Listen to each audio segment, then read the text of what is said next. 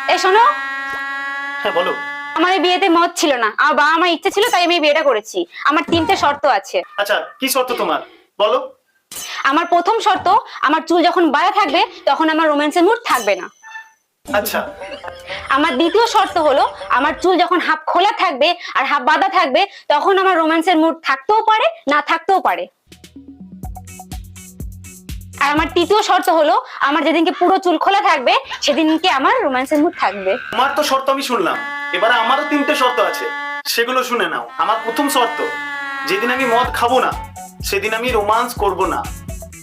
আচ্ছা ঠিক আছে। আমার দ্বিতীয় শর্ত, যেদিন আমি এক প্যাক খাবো সেদিন আমি রোমান্স করতেও পারি আবার নাও করতে পারি।